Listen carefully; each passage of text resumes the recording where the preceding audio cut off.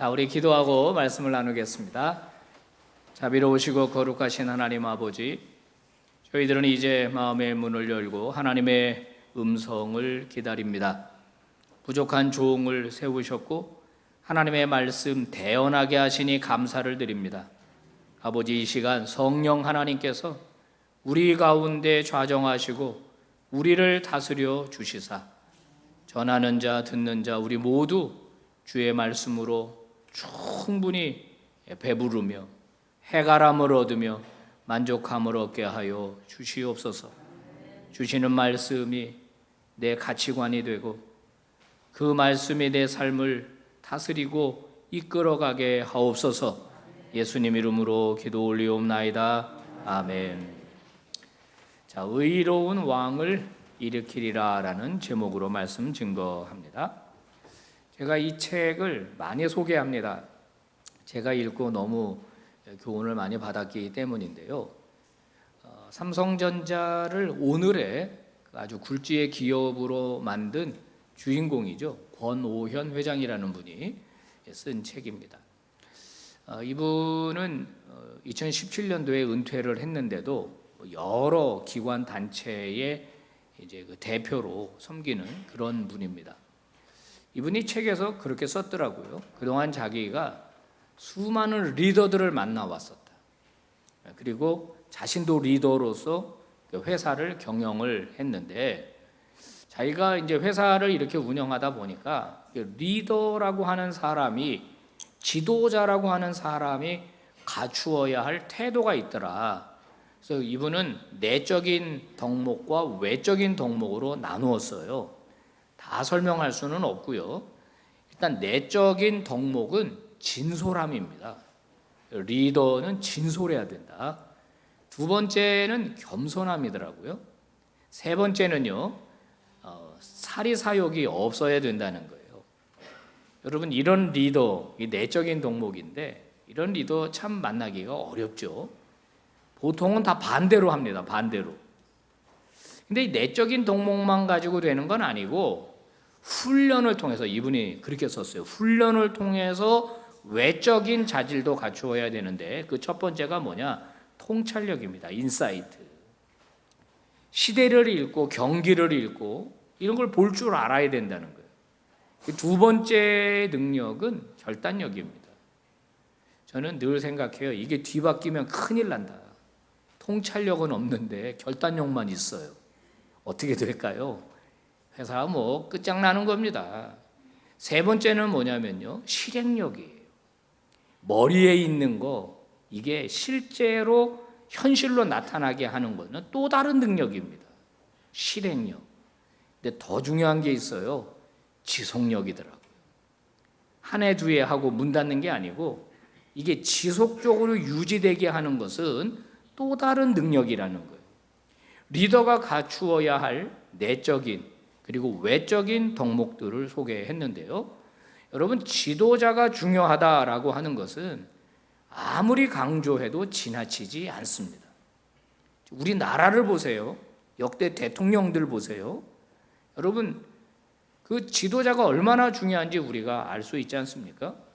대통령까지는 안 되더라도 작은 회사든 아니면 작은 개인 기업이든 아니면 우리 가정이든지 간에 어떤 모임이든지 그 모임의 리더가 되는 사람이 중요해요. 그 사람이 어떤 사람이냐에 따라서 그 단체, 그 모임이 행복해질 수도 있고 불행해질 수도 있어요.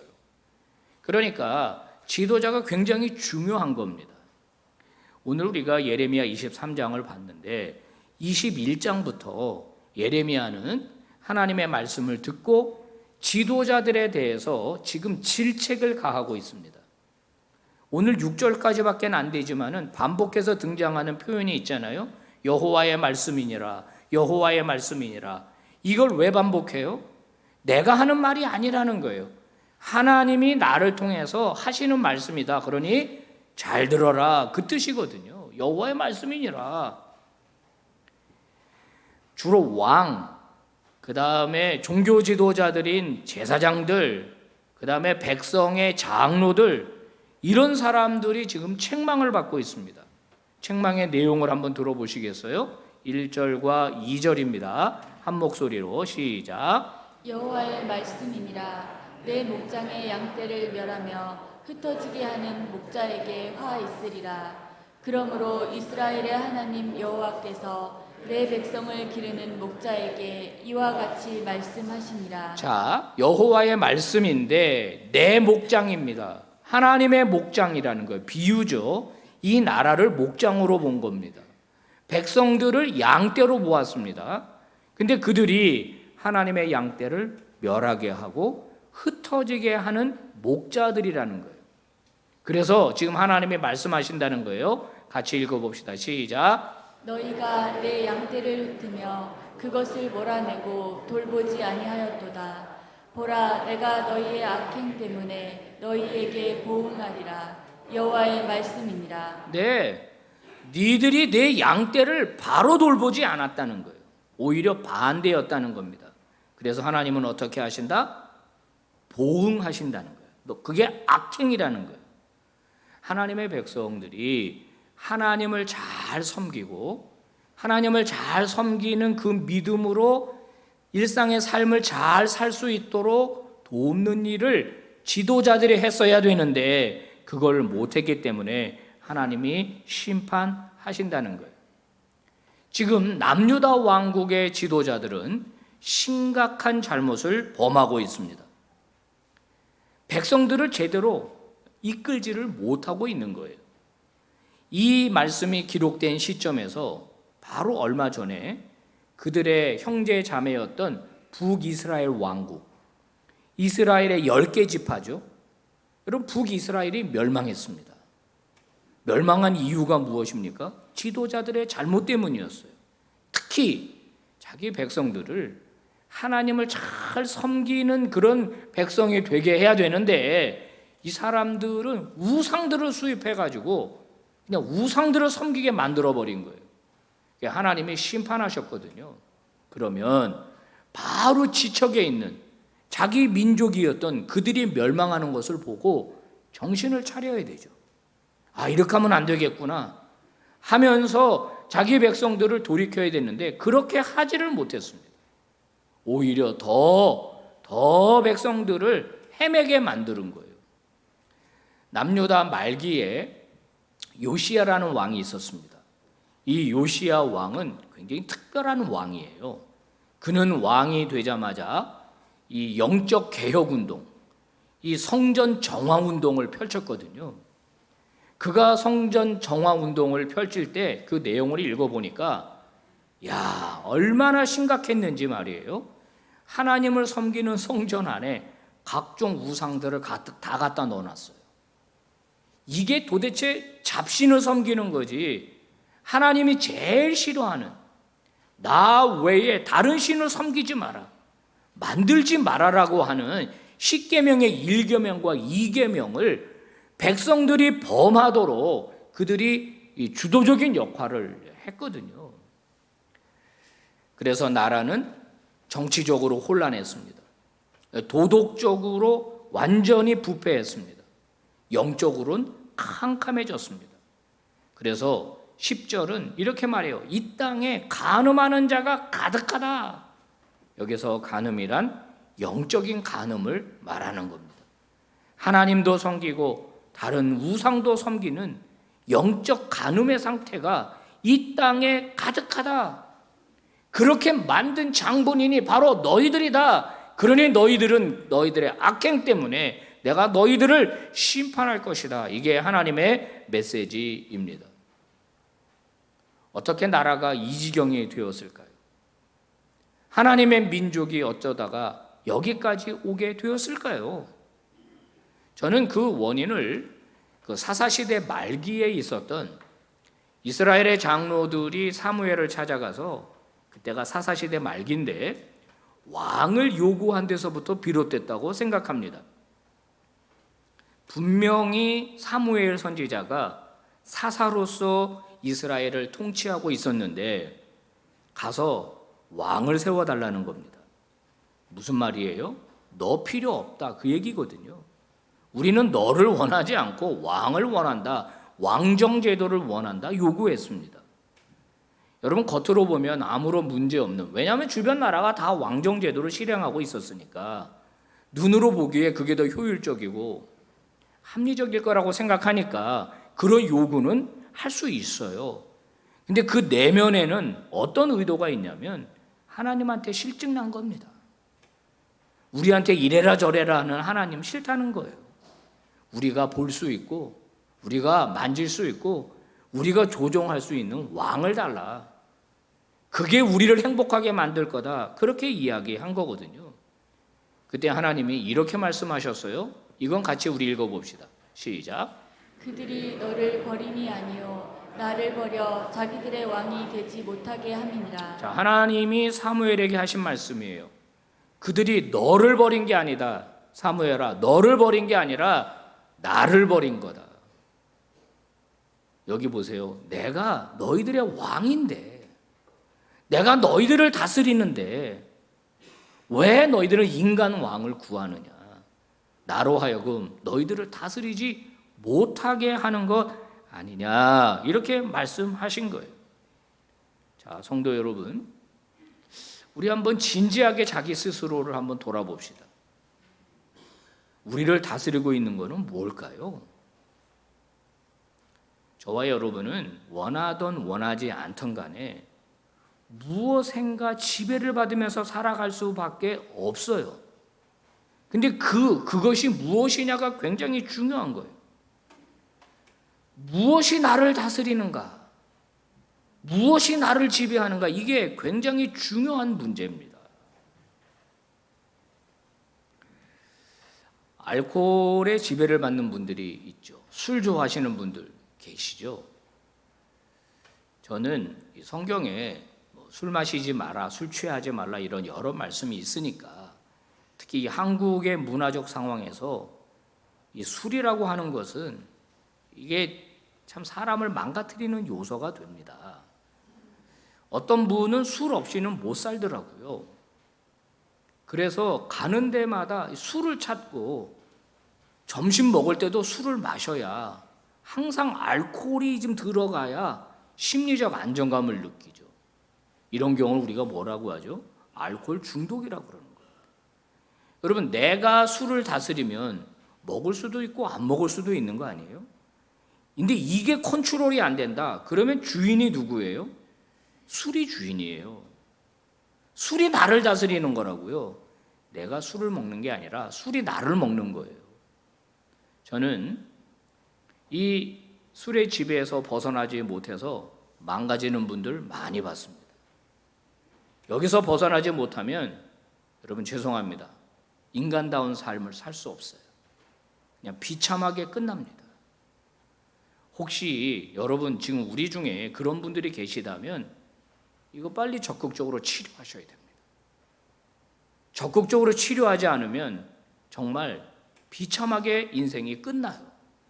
하나님 앞에 한번 제대로 쓰임받지도 못하고 가족에게 상처 주고 주변 사람들에게 피해 주고 그렇게 살다가 끝난다고요. 자, 알코올 말고 쾌락의 지배를 받는 분들이 있습니다. 더 자극적인 즐거움을 찾아다니죠. 사실 술의 지배를 받으면 이게 같이 와요. 또 여러 취미 활동 여러 가지를 하는데 도가 지나친 분들이 있습니다. 특징이 뭔지 아세요? 금방 실증을 느낀다는 거예요.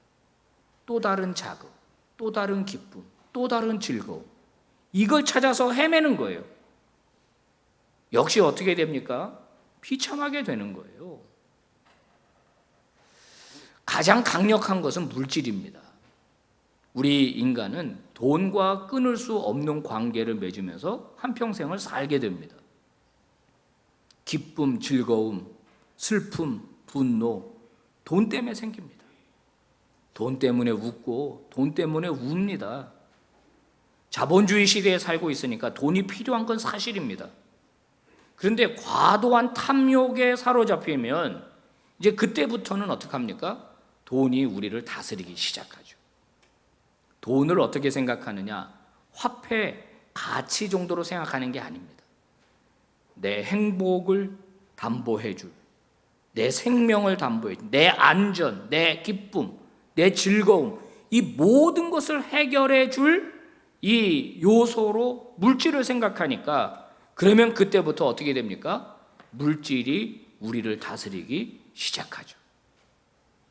돈 때문에 양심도 팔고 신앙도 팔고 가치관도 팔고, 돈 때문에 사람이 망가지는 거예요.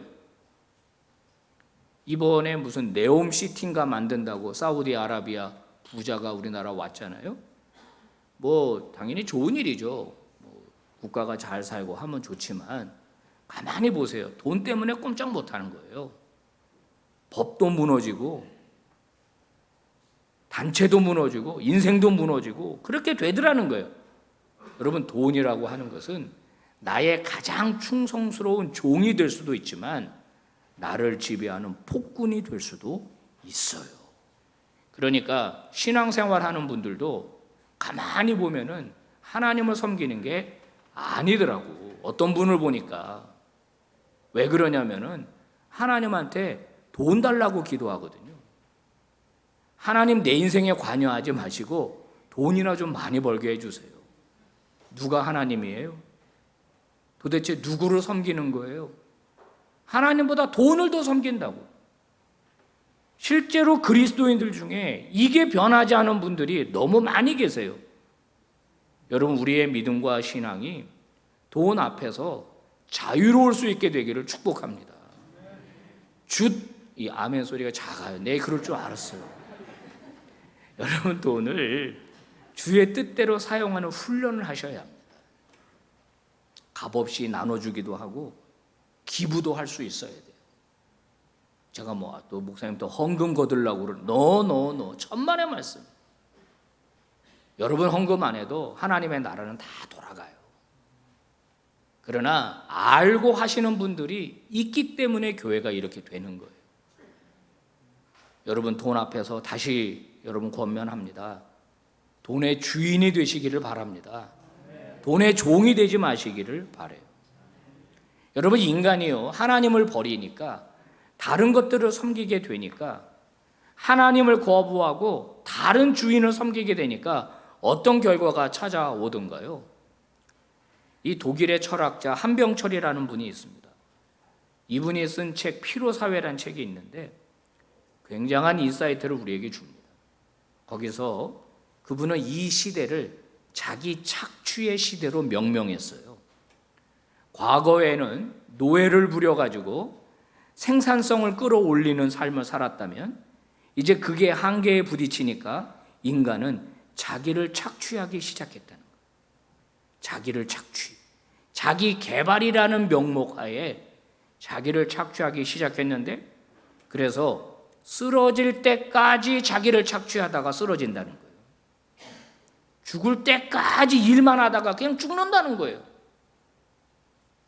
자기를 착취하니까 인생이 피곤해진다는 거예요.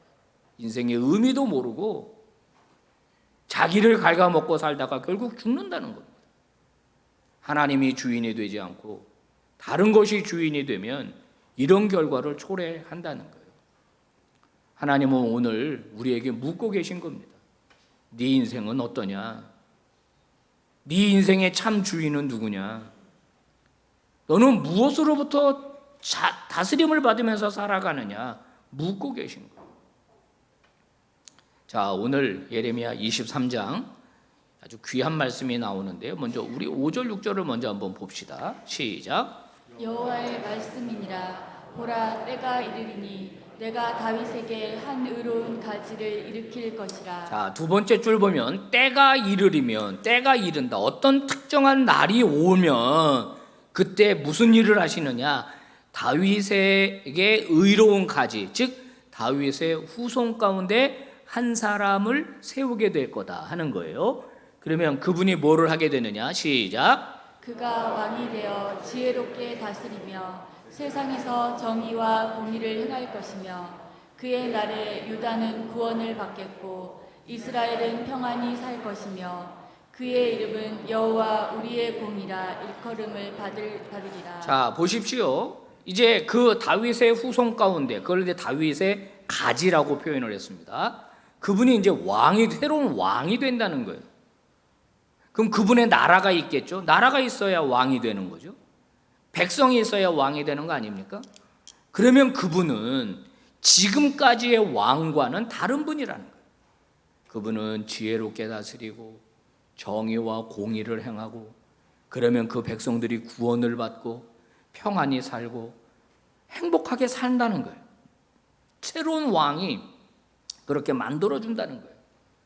여러분, 이 예언은 바로 예수 그리스도에 의해서 성취가 되었습니다.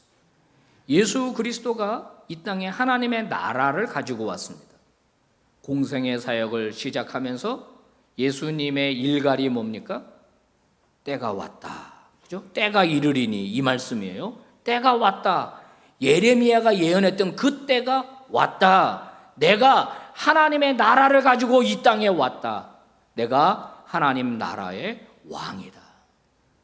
이렇게 말씀하신 거거든요. 예수님은 하나님의 나라를 우리에게 가져다 주셨고, 우리가 그 나라 백성이 되게끔 우리를 초대해 주셨습니다. 예수님이 바로 예레미야가 예언한 다윗의 후손 가운데 오신 거거든요. 그래서 마태복음 1장은 그 예수님이 다윗의 후손으로 왔다는 걸 족보를 통해서 우리에게 알려주시는 거예요. 그렇습니다. 예수님은 왕이십니다. 하나님 나라의 통치자세요. 우리는 그의 나라에 속한 그분의 백성입니다. 예수님의 이 다스림을 잘 설명한 것이 요한복음이에요.